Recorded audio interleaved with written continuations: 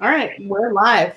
Awesome. What's up, guys? Shawn Bowen, Full Circle Investment Group, wholesalingoutofthebox.com, in for another lunchtime live.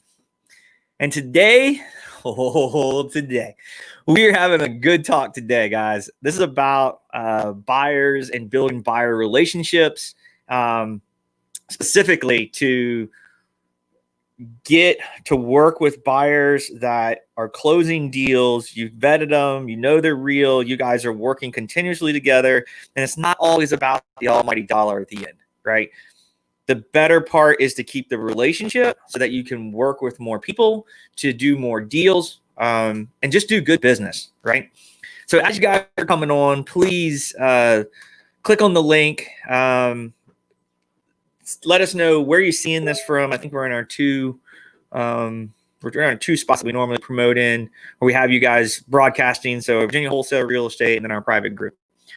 But yeah, today, guys, we are talking about dealing with buyers, and I want to speak to what it's like to deal with this, because it's funny. We were talking prior to this day, and it's like, man, for the past week, if not for a long time, but at least specifically for the past week, I see a lot of people repackaging the same stuff or talk that has been around for years about working with buyers and how to build a buyer's list, right? And I want to touch on this real quick so that we get to the back end of this point, which is working with these buyers continuously to have a good relationship, build rapport, have that ability to talk, call, send a text, know the deal is done, because you have a good relationship built on the front end. But what I want to say is it's so important to vet the buyers that you're working with. You do not want to get into a transaction where that person doesn't want to put down an EMD, and be responsible with the EMD part, right? The idea is to put feet to the fire, okay? Shawn, I'm sorry. You're starting to pop a little bit. Can you back up from the mic? About now, that's good? Yeah, that's a little bit better, I think. If it starts doing it again, just let me let me know, and I'll just unplug it, and we'll go back to the other thing. Okay. So the one thing I really want to focus in on, guys, is just vetting buyers that you're working with. The last thing you want to do is not get an EMD, your deal fall apart, and then you are the person that is stuck, right? You're having to scramble. You're having to go back to other buyers. So let's decide or define what a buyer is. And it is not somebody that just gives you an email, a phone number, and answers a few questions. Those are very important pieces, right? But is it still doing it? Okay, let me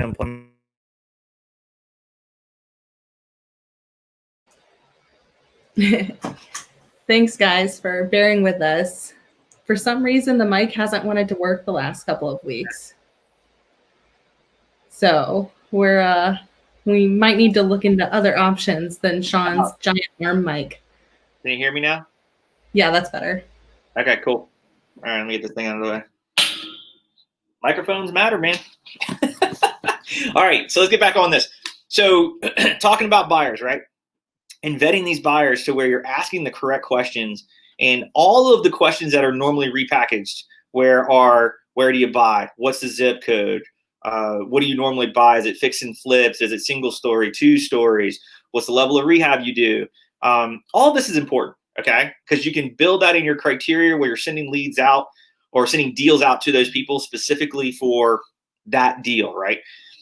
But the other part of this that is massively important is, how are they going to fund it? Are they going to fund it with hard money?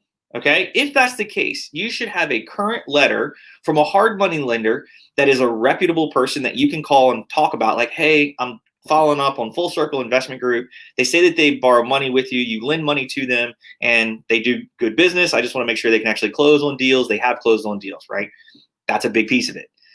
If they say they're cash, okay? So let's see the cash. Do a screen capture. Show me a bank account. Show me where this credit line is that you have available. And then mark out account numbers, be safe. That's fine. Back over the hard money piece. Most hard money lenders require in between 5 to 10% down of whatever the loan is. So do they have that in an account to where that's available and they can actually they can show you that, and they have the ability of doing it, right? Guys, we have been dealing with this for years, and I'm going to tell you right now, every single time that we get pushback from somebody that says they're not going to send it, or send me the deal first and then I'll send you the proof of funds, what's the difference?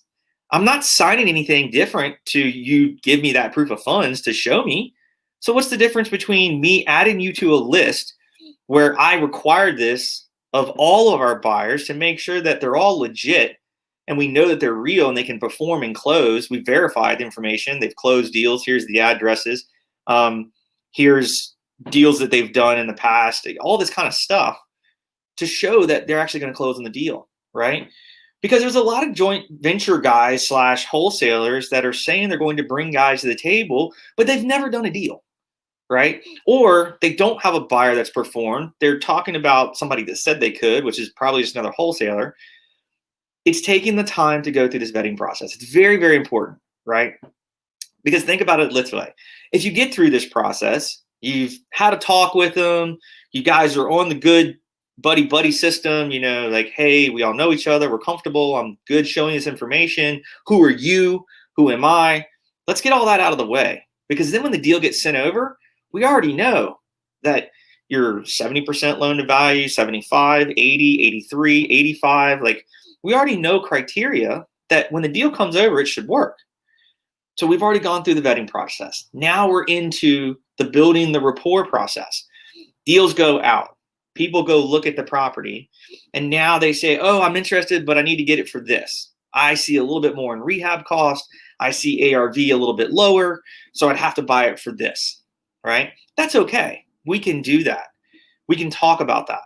But we've already gone through the other portion of it, and now we're into the, everything works, and then maybe there's an inspection. So in your assignment of contract, there's an inspection clause, and it says in 7 days, they're going to come back to you. And they do. They come back, and I'm going to use an example of one where we had this as an issue, where there was a termite damage issue. And the buyer came back to us and said, hey, I've got a bill for like roughly 10 grand that is going to require me to fix that. And that's the amount of money I need. And I was like, well, we're not willing to do 10 grand, right? So what's a better number that we can work on? And he said, take 5 off and I'll do the deal. And that's what happened. So we moved forward with the transaction. It closed. Everybody made money. We're happy for the transaction to close. The seller's transaction closed, and the buyer got a better deal because of issues that he showed to us. So it wasn't all about just negotiation. It's doing good business, right? There's truly a problem that needed to be addressed that he couldn't see, so it was addressed, right? If you have a buyer that's worried about what you're making as a fee, it's the wrong buyer, plain and simple. People, if they don't recognize your value, then there's just not going to be a good match anyway.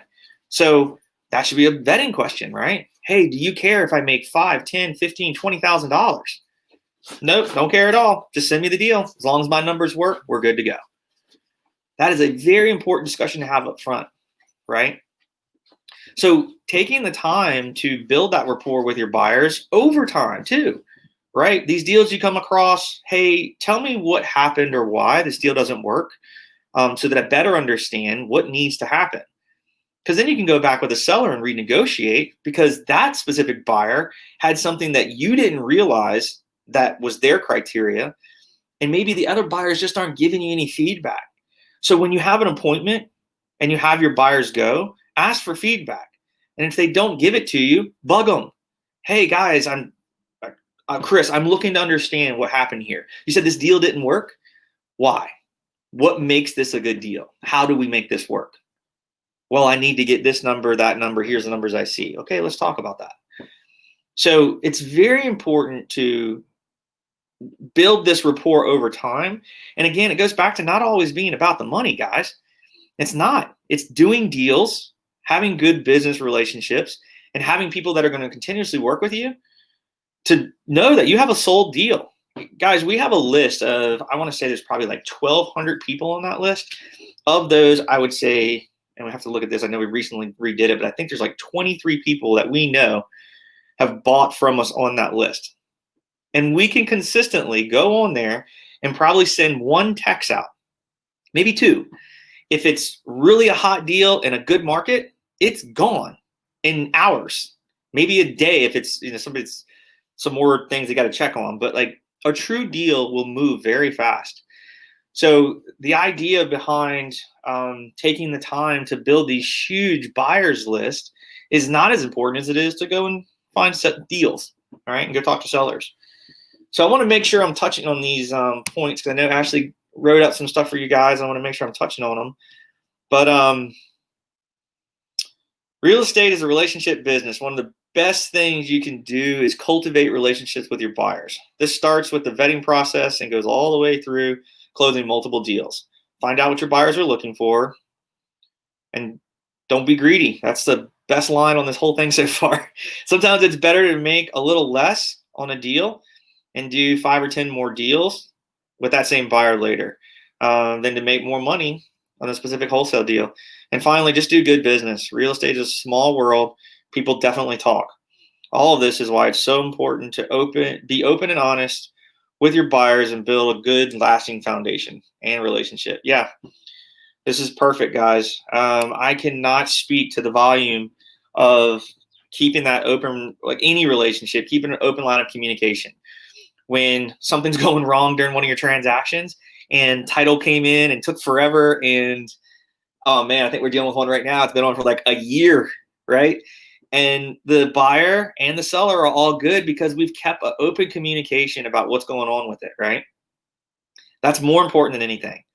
Going to your buyers and talking about what's going on with title during the issues instead of the very last second. Just hitting them with like what's going on versus not answering their calls, not answering texts, not answering emails. It's very important to keep that communication open. Also, reaching out to your buyers and talking every now and then, right? Just checking how things are going. We've done that with quite a few buyers, right? So take the time to care about that, right? Sometimes in the summertime, go have lunch. Just go do a thing where you're just spending time with some guys just to have a real relationship, right? Having a beer, having a drink. If you don't drink alcohol, great. But having some time where you're just talking with your buyers or even spending a few minutes on the phone about what's going on in their business, how things are looking, things are changing. We found out from one of our buyers that's a new construction builder, the entire framing package went up 50%, right? They were looking at an almost $17,000 package that almost doubled. Yeah, I mean, almost not even, it was like almost 30 grand for those framing packages because the cost of wood went up. We had no idea about that. Wouldn't that be something good to know when you're talking to a seller on why costs are what they are, or maybe the numbers that you talked about for your rehab, or if it was a new construction in this case, to be able to explain that to your seller? Hey, Mr. Seller, not sure if you realize, but the cost of wood went huge this year. And that's obviously driving our costs down for what we can pay for things. The cost is going up, prices are staying the same. Like, we're in a great hot market, guys, but having this talk with buyers is really helpful for you to your seller conversation as well. So very, very important to build that rapport with your buyers. Take the time to talk to each other. Take the time to spend some time with those guys, whether it be a Zoom, a phone call, something that you're having an open line of communication, right? And build that rapport during they go to look at a property. Ask them why. If it didn't work, what happened, right? Sorry, it doesn't work. Most of the time, if you ask why, they'll tell you. Take that time to understand that, right? And use that to go back to your sellers and have a good business deal, right? Maybe the price needs to be lower. You can still work it with your buyer, right? And again, don't be greedy. Do not be greedy, right? What's the old statement? Pigs get fat, hogs get slaughtered, right? There's enough money in all this, guys. And if you're good at negotiating, you should be able to negotiate good deals, right? And if you can't, you should be able to get some information from the buyer of maybe that specific deal of why it needs to work, how and where, so you can go back to your seller and do that. But build that up front. Build it from the relationship of getting to know the buyer and who they are, right? If you're just putting out a post online, have a vetting process that goes behind it. And make sure that there's people are answering your normal questions, but then the big piece of that is like, we need proof showing that you can actually close on these things. And I understand there's proof of fund letters out there that you can get off of these websites, but the guys that are real and the guys that are serious are not going to have a problem giving you that information, right? And let's have a conversation. If you're the wholesaler, tell me that, we'll talk that way. If you're the in buyer, cash buyer, let's talk that way, right? But let's have an open line of communication. That is very, very important. So that's it for today, guys, talking about cash buyers and how and why and where. Build that relationship with them. Have that conversation up front. Get very detailed with your buyers on specifically how they buy. Is it credit lines? Is it cash? Is it hard money? Let's deep dive into that. It should never be a taboo talk. It has to be shown at some point anyway that they can close. So let's have that talk up front and get it out of the way. And then let's do business. Let's do good deals.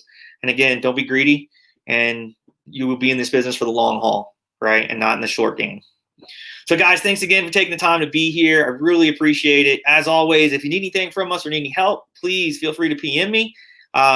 Check out our wholesalingoutofthebox.com website. And if you need anything over there, also please click on the YouTube link to go check us out at Wholesaling Out of the Box YouTube channel and videos that we put over there. And we also have a podcast up as well. Thanks again, guys. We'll see you on the next one. Later.